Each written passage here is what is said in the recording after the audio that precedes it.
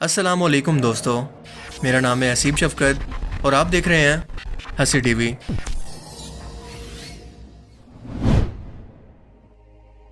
ایک ایسا تابوت جس کے ذریعے اللہ تعالیٰ ایک روشنی کی صورت موسیٰ علیہ السلام سے ڈائریکٹ کلام کیا کرتا،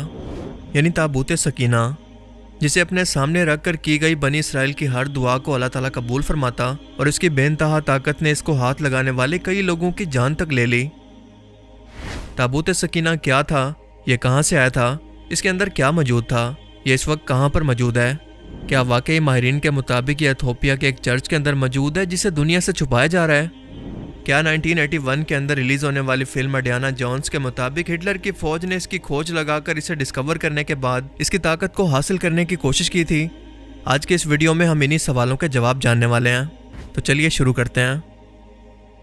تابوت سکینہ ایک ایسا مقدس صندوق ہے جو کہ یہودیوں کے لیے اتنا ہی اہم ہے جتنا مسلمانوں کے لیے رسول اللہ صلی اللہ علیہ وآلہ وسلم کے کوئی تبرکات، کیونکہ ان کے مطابق جب موسیٰ علیہ السلام کوہ طور پر 40 دن کے لیے گئے تو اللہ نے 10 احکامات کی تختیوں کے علاوہ ایک تابوت بنانے کا بھی حکم موسیٰ علیہ السلام کو دیا، جسے بالکل ویسے ہی تیار کیا گیا جیسے اللہ نے حکم دیا تھا۔ اس میں تمام تبرکات کو رکھا جاتا اور موسیٰ علیہ السلام اسی تابوت سکینہ کے ذریعے اللہ تعالیٰ سے ڈائریکٹ کلام کیا کرتے، جس کے اوپر 2 فرشتوں کے مجسمے موجود تھے، اور انہی کے درمیان سے ایک روشنی نکل کر موسیٰ علیہ السلام سے کلام کیا کرتی۔ اس میں تورات کا اصل نسخہ تھا، پتھر کی تختیاں تھیں جس پر 10 احکامات لکھے تھے۔ موسیٰ علیہ السلام اور ہارون علیہ السلام کا عصا مبارک اور ان کے کرتے، من و سلوہ کا من، یعنی بنی اسرائیل قوم کا وہ کھانا جو کہ آسمان سے اللہ کی طرف سے نازل ہوا کرتا، اس کے اندر موجود تھا۔ اس کے علاوہ سلیمان علیہ السلام کی وہ انگوٹھی جس سے وہ جنات کو کنٹرول کیا کرتے تھے، اس کے اندر موجود تھی، تاکہ آنے والی نسلیں اللہ کے احسان کو یاد رکھیں۔ بنی اسرائیل قوم اسے بے حد مقدس سمجھتے تھے، اور موسیٰ علیہ السلام کی وفات کے بعد جب بھی ان کے درمیان کوئی بڑی مشکل آتی، مثلا جنگ کے وقت یا قبیلوں کے درمیان کوئی لڑائی کا فیصلہ کرنا ہوتا، تو تابوت سکینہ کو سامنے رکھ کر وہ فیصلہ کیا کرتے، کیونکہ ان تبرکات کی وجہ سے یہ انتہائی مقدس اور سکینہ یعنی دل کو سکون پہنچانے والا تھا۔ یہ شمشاد کی لکڑی کا بنا ہوا صندوق تھا جس پر باہر سونے کو چڑھایا گیا تھا۔ موسیٰ علیہ السلام کی وفات کے بعد یہ قوم سرکش اور نافرمان ہو گئی، آپسی جھگڑے، سود، جادو اور نبیوں کے خلاف سازشوں میں پڑ گئی، تو تب اللہ نے ان پر عذاب نازل کیا، تو قوم عمالقہ کو ان پر مسلط کر دیا، جس نے حملہ کر کے یروشلم کو بالکل تباہ کر دیا۔ یہ قوم کئی ہزار بنی اسرائیل کے لوگوں کو غلام بنا کر اپنے ساتھ لے گئے، اور باقی در بدر ہو کر یہاں وہاں بھٹک گئے، اور یہ قوم تابوت سکینہ کو بھی اٹھا کر اپنے ساتھ لے گئی اور لے جا کر اسے گندی جگہ پر ڈال دیا۔ یہ بنی اسرائیل کے زوال کا دور تھا۔ حضرت شمویل علیہ السلام اس وقت بنی اسرائیل کے پیغمبر تھے، مگر بہت بوڑھے ہو چکے تھے۔ بنی اسرائیل کے سب لوگ اکٹھے ہو کر ان کے پاس گئے اور کہنے لگے کہ آپ ہمارے لیے ایک سپہ سالار مقرر کر دیں، تاکہ اس کی قیادت کے اندر ہم کافروں سے اکٹھے ہو کر لڑ سکیں اور اپنا وطن فلسطین واپس حاصل کریں۔ حضرت شمویل نے فرمایا کہ اگر ایسا ہے تو جس بھی شخص کو میں تمہارا بادشاہ چنوں گا، تمہیں ہر صورت اس کی بیعت کرنی ہوگی، کوئی بھی اس کا انکار نہیں کرے گا۔ لہٰذا یہ سب لوگ راضی ہو گئے، لیکن چنا گیا 30 سال کے ایک نوجوان حضرت طالوت علیہ السلام کو، جو کہ اس وقت مال اور سٹیٹس کے حساب سے بنی اسرائیل کے لوگوں میں بہت کم تھے۔ لہٰذا یہ سن کر یہ سب لوگ اپنی بات سے مکر گئے اور اس بات پر اعتراض کرنے لگے کہ یہ نوجوان تو ہمارے سٹیٹس کا بھی نہیں ہے، ہم اس کی حکمرانی کیسے قبول کریں؟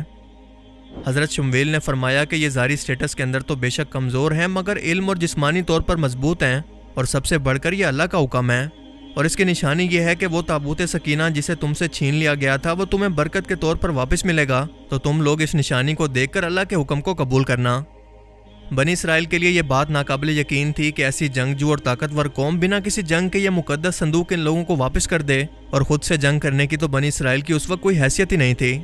اس نشانی کا ذکر سورہ البقرہ کی آیت 243 کے اندر اس طرح سے موجود ہے کہ اللہ نے فرمایا کہ فرشتے اس کو تمہارے پاس اٹھا کر لائیں گے، اور بالکل ایسا ہی ہوا،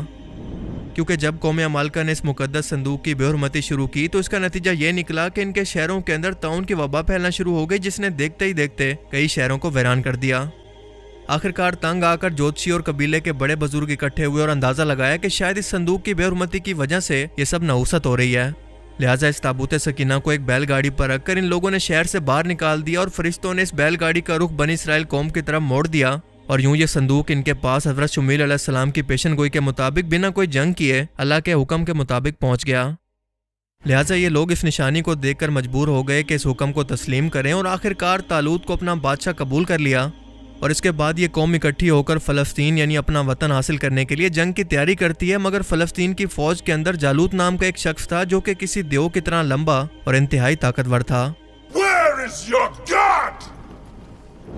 بنی اسرائیل قوم ان سے اس قدر خوفزدہ تھی کہ کوئی بھی ان سے جنگ کرنے کو تیار نہ ہوا، اور اوپر سے فلسطینی فوج نے یہ اعلان کر دیا تھا کہ اگر تم میں سے کسی نے بھی جالوت کو قتل کر دیا تو یہ وطن بنا کسی جنگ کے تمہارا ہے۔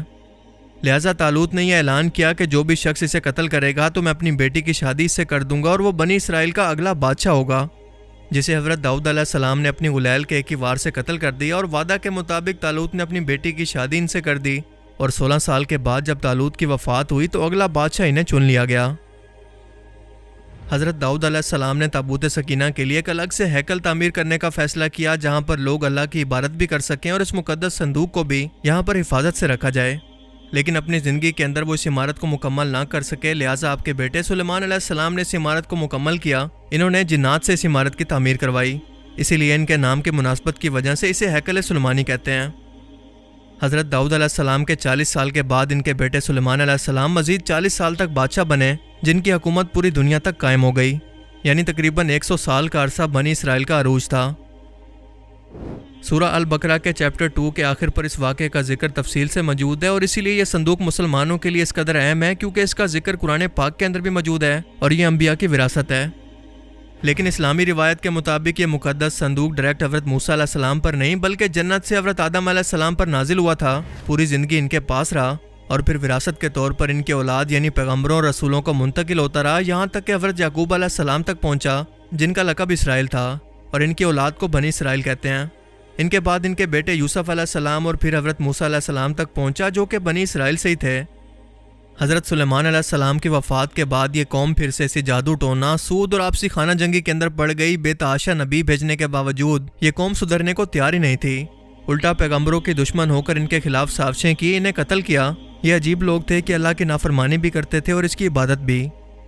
ان کی اسی منافقت سے اللہ کی ذات جلال کے اندر آئی تو ایک بار پھر سے اللہ کا عذاب بابل کے بادشاہ بخت نصر کی صورت میں ان پر نازل ہوا، جس نے یروشلم شہر پر حملہ کر کے اس کی اینٹ سے اینٹ بجا دی۔ اس نے کوئی ایک عمارت بھی صحیح سلامت نہ چھوڑی اور لاکھوں یہودیوں کو قتل کیا اور لاکھوں کو غلام بنا کر اپنے ساتھ بابل لے گیا۔ شہر سے باہر اس نے انہی غلاموں کی بستی تعمیر کی جسے تل ابیب کا نام دیا۔ اس نے ہیکل سلیمانی کو تباہ کر کے تابوت سکینہ کو اپنے ساتھ لے گیا، اس کی بے حرمتی کی اور قوم عمالقہ کی طرح اسے ایک گندی جگہ پر ڈال دیا، جس کا عذاب اس پر ذوالقرنین بادشاہ کی صورت میں نازل ہوا، کیونکہ اس واقعہ کے 70 سال کے بعد ایرانی بادشاہ کورش کبیر یا ذوالقرنین نے بابل عراق پر حملہ کر کے یروشلم کا قبضہ چھڑوایا اور اسے بنی اسرائیل کے حوالے کر دیا۔ یہ لوگ پھر سے یہاں پر آ کر آباد ہو گئے اور ہیکل سلیمانی کی تعمیر ایک بار پھر سے شروع کر دی، جو کہ 400 سال تک قائم رہی، مگر اس دوران تابوت سکینہ کی کوئی خبر نہ مل سکی کہ آخر وہ کہاں پر گیا، بخت نصر نے اس کے ساتھ کیا کیا۔ وقت گزرتا گیا، یروشلم رومی حکومت کے کنٹرول میں چلا گیا، جس کے بعد عیسیٰ علیہ السلام کی ولادت ہوئی، اور اس وقت کے منافق یہود علماء کو آئینہ دکھانے پر رومی بادشاہ کو ان کے قتل پر آمادہ کیا گیا کہ یہ شخص دجال ہے، مگر اللہ نے انہیں موجزانہ طور پر آسمانوں پر اٹھا لیا اور یہودی ایک بار پھر سے اپنی بدعمالیوں کے اندر مصروف ہو گئے۔ یوں 70 سال گزر گئے۔ بنی اسرائیل نے رومی حکومت سے بغاوت کی کوشش کی تو 70 عیسوی کے اندر رومن حکمران ٹائٹس نے یروشلم پر حملہ کر کے اسے تباہ کر دیا، اور یہ بخت نصر سے بھی ظالم ثابت ہوا کیونکہ اس نے پورے شہر سمیت ہیکل سلیمانی کو ایسا تباہ کیا کہ اس کی صرف ایک ہی دیوار باقی رہ گئی، جسے آج بھی مقدس جان کر یہودی قوم اس کے سامنے روتی اور دعائیں کرتی ہے۔ اس دوران لاکھوں یہودی مارے گئے، کئی ہزار کو غلام بنا کر جنگلی جانوروں کے آگے ڈال دیا گیا، اور اب کوئی بھی ایسا شخص نہ بچا جو کہ یہ بتا سکتا کہ تابوت سکینہ آخر کہاں چلا گیا یا اس کے ساتھ کیا ہوا۔ یہ لوگ 1900 سال تک در بدر یہاں پر بھٹکتے رہے، اور جب برطانیہ نے دوسری جنگ عظیم کے بعد فلسطین پر قبضہ کیا تو موجودہ اسرائیل کو جنم دیا، جہاں پر دنیا بھر سے یہودی آ کر آباد ہونے لگے۔ آج تک اس تابوت سکینہ کا منظر سے غائب ہونا بالکل ایک پہیلی ہے، جس کے بارے میں مختلف دعوے دنیا بھر سے سامنے آتے رہتے ہیں، کیونکہ کسی کے مطابق تو وہ اردن کے علاقے جبل نیبو کے علاقے میں کہیں پر موجود ہے، جبکہ یہودیوں کے مطابق یہ مسجد اقصی کے نیچے ہی کہیں پر دفن ہے، جہاں پر کبھی ہیکل سلیمانی موجود تھا، اور وہ اس کی تلاش میں اس قدر پاگل ہو چکے ہیں کہ مسجد اقصی کی بنیادوں تک کو ان لوگوں نے کھدوا دیا ہے۔ لیکن آج ماہرین کی مانیں تو ان کا سب سے بڑا شک ہے ایتھوپیا کے ایک چرچ پر، جو کہ ایتھوپیا کے اکسوم قصبے کے اندر موجود چرچ آف سینٹ میری آف زیون ہے، جس کے بارے میں کہا جاتا ہے کہ اکسوم قصبے کے اندر رومی دور حکومت کے اندر یہ تابوت ان کے ہاتھ لگا تھا، جسے چھپا کر یہاں پر منتقل کیا گیا، کیونکہ اس میں کچھ ایسی پراسرار طاقتیں تھیں کہ اسے ہاتھ لگانے والے کئی لوگوں کی جان چلی گئی تو کئی اپنی آنکھوں سے اندھے ہو گئے۔ ایڈورڈ ایلنڈراف، جو کہ ایک مشہور برٹش ہسٹورین ہے، اس کا کہنا ہے کہ دوسری جنگ عظیم کے دوران اس نے اپنی آنکھوں سے اس تابوت کو اس چرچ کے اندر دیکھا ہے جب وہ برٹش آرمی کے اندر تھا،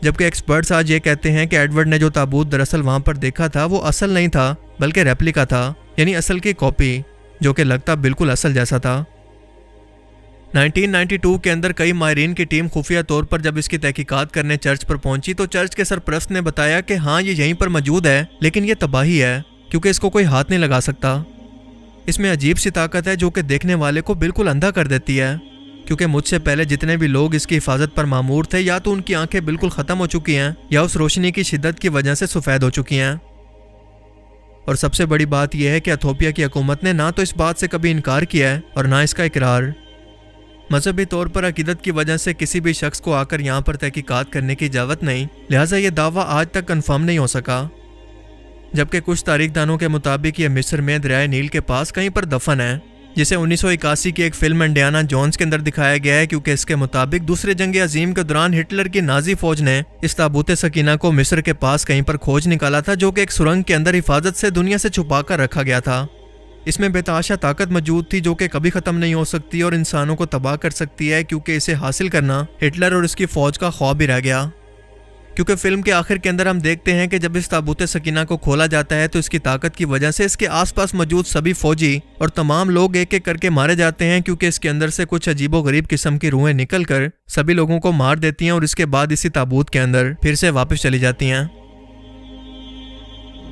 لیکن سچ تو یہ ہے کہ تابوت سکینہ کا غائب ہونا آج تک ایک راز ہے کہ یہ آخر کہاں پر چلا گیا۔ لیکن ایک بات تو واضح ہے کہ بنی اسرائیل قوم کی بدعمالیوں کی وجہ سے سزا کے طور پر یہ نعمت ان سے چھین لی گئی، جو کہ آج تک کسی مصلحت کی وجہ سے دنیا کی نظروں سے دور ہے، کیونکہ جب عیسیٰ علیہ السلام کا دور حکومت واپس آئے گا تب اللہ تعالیٰ اسے ایک بار پھر سے ظاہر کرے گا، لیکن تب تک اس کے بارے میں کوئی بھی معلومات یا اس کے ملنے کے بارے میں کسی بھی دعوے کی کوئی حقیقت نہیں۔ یہ صرف سنسنی پھیلانے کے لیے افواہیں ہو سکتی ہیں جن کا حقیقت سے کوئی تعلق نہیں۔ لیکن آپ اس بارے میں کیا سوچتے ہیں؟ اپنی قیمتی رائے کا اظہار کمنٹ سیکشن میں ضرور کریں۔ اب میں ملوں گا آپ سے ایک ایسی ہی نئی انٹرسٹنگ ویڈیو میں، تب تک کے لیے اپنا بہت سا خیال رکھیے گا۔ Thanks for watching this video. اللہ حافظ۔